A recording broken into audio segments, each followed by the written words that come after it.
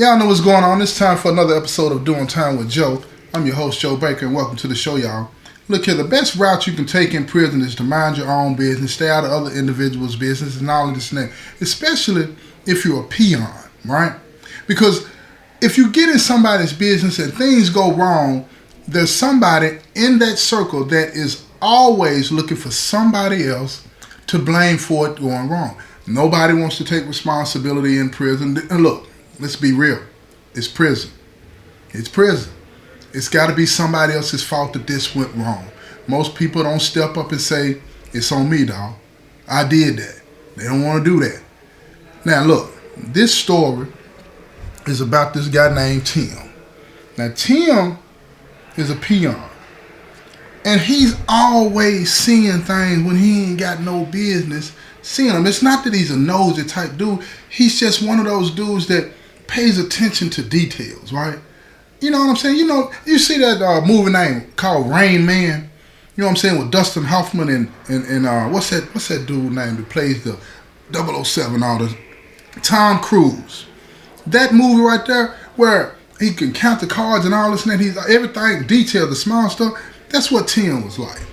Tim sees everything, you know what I'm saying? But he didn't have that edge on him like he was slow or anything like that. Not to be disrespectful to anybody, that's not what I'm on, right?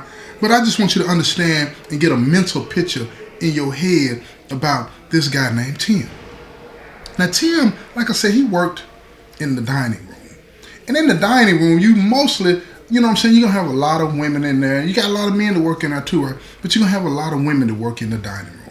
And they take care of the business and make sure that the food gets served and everybody gets the right portions and the place get cleaned up and all that kind of stuff, right? They make sure that the dining room is running smooth. And for the most part, they do an exceptional job. No doubt about it. That's just what it is, right?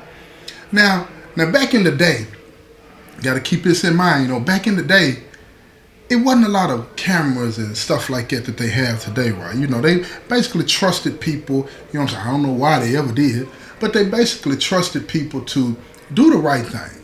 Go to work, do your job, go home. You understand what I'm saying? But look, when the heart gets involved in something, it's just no way to, you know what I'm saying, predict that. There's no way to legislate that. You cannot write a rule that says, don't fall in love. Don't you have no feelings for such and such. You feel what I'm saying? These people are criminals. You cannot be involved with them at all. Now, again, I don't advise it either. You know what I'm saying? Because situations get sticky, you know, because a lot of people don't want to take their weight. That's just what it is. But let me tell you something. Let me make sure you understand something about the business. There's this brother. He one of the guys, right? He one of the guys. You know what I'm saying? They called him Scooter. See, and Scooter, he was one of those dudes, you know, he was like always, you know, dressing up. You know, it's like he would iron his clothes. He want the creases in his clothes, the creases in his shirt. Shirts be so stiff with, you know, we ain't had no starch, you know, what y'all got out there, you know, to put on your clothes and all this and that, right? I don't know if people still do that or not. But his stuff would be so stiff that he looked like he had some cardboard in the sleeves and cardboard in the pants and walking in. He thought he was just sharp as a tack. Thought he was sharp as a tack, have his boots, spit shine. He coming to work now. He coming to work in the kitchen. One of the probably most nastiest places to work in, because you know when you behind the scenes, you working in the dish room, you're working in the kitchen part where you're preparing the food and all this and that, and it's gonna get dirty. It's gonna get dirty. But when you're in the dining room part of it and all this and that, everything is clean. It's like a tale of two worlds, you know. And Scooter worked in the back where it's going down. You preparing the meal, you sweating, it's hot, you know what I'm saying? All this old kind of stuff. But he would come to work sharp because he was always on the lookout. He was always on the lookout for somebody to be, you know what I'm saying, looking at him. And boy, I'm telling you, he had the gift of gab. I'm talking about he had that mouthpiece on him, man. All he needed was 5 minutes and he gonna get something from somebody. It didn't make no difference, right? And it was this one female. Let me tell you about it. It was just one female. Her name was Miss Gardner, right? And Miss Gardner, you know, she was a looker. She was a looker. You know what I'm saying? And she was how do I say it? How do I say it and be respectful? She liked to play around. She liked to play around. You know, she talk to talk, kick it with you and all these other kind of things, right? And when she would find that you were involved, I mean not involved, but interested in what she was trying to say, she would pursue that. But she would pursue that in a way to where it didn't look as obvious to outsiders looking in that she was trying to be involved with whomever it is, right? She was slick. She was penitentiary slick. She had been working in the system for quite some time, and it had always, you know what I'm saying, been floating around her name that Miss Gardner going. Now, when somebody put that label on you that you going, right, you know, you're going to always have somebody trying to see if that's true. And Scooter was on her. He was on her. Every time she stepped to him, he got something slick to say. Tell her how nice she looked, because she came in looking nice, kept her hair done, nails done, smelling good, all this and that, right? And I'm telling you, she had a body, you know what I'm saying? She was crispy, y'all. I'm telling you, she was crispy, right? So check this out. So she said something to him one day, told him, you know what I'm saying, I appreciate you, you know what I'm saying, being concerned about the way you come to work and how you look and being professional and all this and that, right? That was a compliment. Most people give a compliment like that, you know. You're not going to see that as an invitation to something else, right? But Scooter did. Scooter just wanted her to say something, and he was going in, and he told her the same thing. He said, you know, I get it from you. I watch you coming in. When you come in, you know, you always make sure you look good. You're taking care of your business and all. And he said, all you need is a good man on your team. So she laughed and giggled about it, all that old kind of stuff, you know. She said, well, thank you, you know. And he said, by the way, do you have a man at home that you going home to and all this and that? You know, because I know if you do, he happy with you. And then she hit him with that look, you know. She gave him that look. You know how women do sometimes, you know. She gave him that look. And she said, no, you know, it's hard to find a good man these days. You know what, I hear all of them locked up. And Scooter jumped right on top of it. He was like, yeah, you sure know what to say. But shoot, don't let that stop you. And she said, boy, I ain't finna play with you. And then she walked off, right? And when she walked off, let me tell you something. And when I say she walked off from him, she put on a show then. Dun dun dun dun dun dun. Dun dun dun dun dun dun. She moving it, she's switching it, right? I'm talking about hips from side to side. And Scooter, you know, he read that as, okay, green light is about to go down. Now Tim, he's seeing all of this. He's too far away. He worked in the tray room, and the tray room is the part of the kitchen where all the dirty trays, all the dirty pots and pans and stuff like that get cleaned. He works in that area, but one of the reasons they had Tim in that area is because he also is like an OCD type dude. He could not stand for stuff not to be clean, and when you run it through the machine, and if it didn't get all the way clean, he's scrubbing with his scrub brush and everything, trying to make sure he get all the food off of the trays and pots and everything, right? So they capitalized off of his, you know what I'm saying, OCD and all the attention to detail that he was about. But he was also very attentive to what's going on around. You got to pay attention and pay attention to your surroundings, right? And Tim was that type of dude, right? So he's peeping the interactions. He couldn't hear the conversation because he was too far away, but he's peeping the interactions between Miss Gardner and Scooter. He's seeing it. It's going down. And he was like, just nodded to himself and just kept cleaning the pots and pans that he was working on. He didn't think about nothing going and approaching or nothing like that. So over the next course of the next week and months, you know, this kind of flirtatious, you know, banter kept going back and forth between Scooter and Miss Gardner, right? They still talking and all this and that.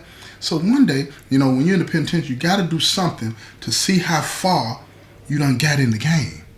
Got to throw something out there, right? You got to test the waters. You got to test the waters, man. Because if you don't test the waters, it's always going to stay right there. And then don't get it twisted. You know, the staff person, they want to also gauge the water. Because let me tell you something that they do. It's what a lot of them do, right? When they find somebody that they like, oh, they on the computer. They checking out your background. They checking out what charges you in on. They checking out if you ever done been written up for, you know, staff inmate solicitation, anything like that. They want to know if you done ever told it on anybody. They looking at all of that. They doing a background as thorough as they can, you know what I'm saying, to see who you are as well. But see, we don't have the ability to do that, to go on the internet or anything like that. And back in the day, the internet wasn't just popping like that, right? It was growing, but, you know, You in the penitentiary, you don't have no access to none of that anyway. And even if we did, most of the time, most of us wouldn't know what to look for anyway. You understand what I'm saying? We don't know nothing about that, especially back in the day. So Scooter and anybody else in the penitentiary, the best way we can gauge to see if you was with it is to throw a hook out there. And this is what we do. Let me tell you how we do it. So Scooter, he kicking it with her, and every day it was about the same time she come by and they'd had that little flirt session and all this and that, right? So Scooter was like, look, I like to keep myself clean and all this and that. You know that. He get it a laugh. She said, I already know it. He said, look here, could you bring me some chewing gum, because every now and then you be at work a lot, you know what I'm saying? And then, you don't want to be running around here, breath ain't fresh and all this and that, right? Especially, talking to a young lady like yourself. I like to stay clean all day long, you know what I'm saying? They don't let us bring our toothbrush over here. Now, I know that sounds nasty, don't it? That sounds nasty to even bring up something like that. But see, Scooter, he thinking twofold, right? And she looked at him, she said, I ain't, you clean to me. I ain't never smelled your breath or anything like that. He said, for real? He said, that's what's up. He said, look, well, come a little closer then. She looked at him. She said, boy, I'm not messing with you. He like, nah, see, if I got to keep my breath fresh, you might want to give me a kiss one day. She said, give you a kiss? Oh, you want to kiss me?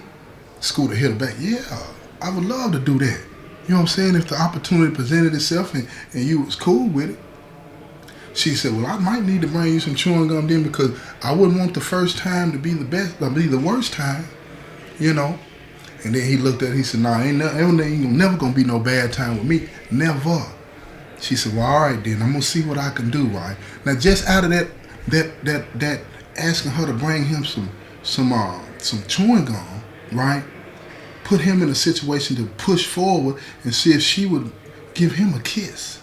You understand what I'm saying? Now, I know that sounds twisted, but see, you got to try anything and everything in here to get them to get to that next level, because you can't just say, let me get a kiss. Now, some of them bold like that, but you got to feel them out, because you might spook them. It's like having a hook in the water, right?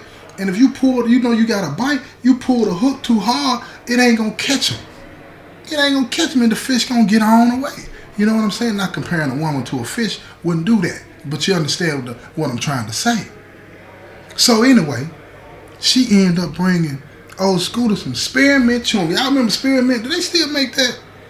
I don't even know if they still make it. I've been in here for so long. I don't know. Ain't no telling. They got so much stuff out there now. I ain't no telling what y'all using these days. But anyway, she brings Scooter a pack of spearmint chewing gum in the green pack. You know what I'm saying? Oh, look here. She come in. Like I said, wasn't no cameras back then. She come in. Scooter, you know what I'm saying? He doing his job. He running around in the back. She get up on him. She slide it down in his pocket. We had pockets on the left breast of our shirt, right? So she slide the spearmint chewing gum pack in his pocket. It ain't have but like 6 or 8 pieces in it. Slide it down in his pocket. He nod his head. You know what I'm saying? But Tim, again, attention to detail. Tim watching everything. He ain't no nosy about it, nothing like that. Like I said, he's a details dude. He paying attention to his surroundings. He see everything. He peeped the move. He was like, dang. Then he look around and he see some other individuals. They peeped the move. So now in the back of his head, he thinking, okay, this is not good. See, he one of them type, right? He get to analyzing that, like if something go wrong, it's going to be bad on all of us. And then when it goes bad for all of us, then they're going to start messing with us. We ain't going to be able to make no food. We ain't going to be able to chill when we want to chill. And because, when you at work, you got a lot of downtime when you work in the chow hall or the dining room, right? So you play cards, you play chess, you do all these types of things. But when they start to cracking that whip on you, they don't let you do none of that, right? And Tim didn't want to lose any of those privileges. You feel what I'm saying? That he had, right? And that's a lot. It means a lot to a lot of people in here. So here's the thing. Tim take it upon himself. He said, look, thinking about it, he got to process it out. He one of them, he'll talk to himself. He'll be moving his lips, but you won't be able to hear what's coming out of his mouth because he's rehearsing how he's going to approach you and tell you the business. You understand what I'm saying? That's how Tim was, right? He's real particular. He's real a detailed type of dude. So he started rehearsing, and the people know him now. You know what I'm saying? And when he get to doing it, they talking about, all right, Tim got something to say. He's finna say something to somebody because he's a quiet person otherwise. You feel me? and he going through his motion. Everybody looking at him, you know what I'm saying, while he washing the clothes. To him talking to himself again. He never paid attention to anybody. He never took offense to it at all, right? But he was going through his motion because he feel like he better tell Scooter what's going on because some other people seen that. And if you want to know what Tim said, you're going to have to tune in to the next episode, right? Because it's coming up. This has been another episode of Doing Time with Joe. I'm your host, Joe Baker, and I say peace, y'all.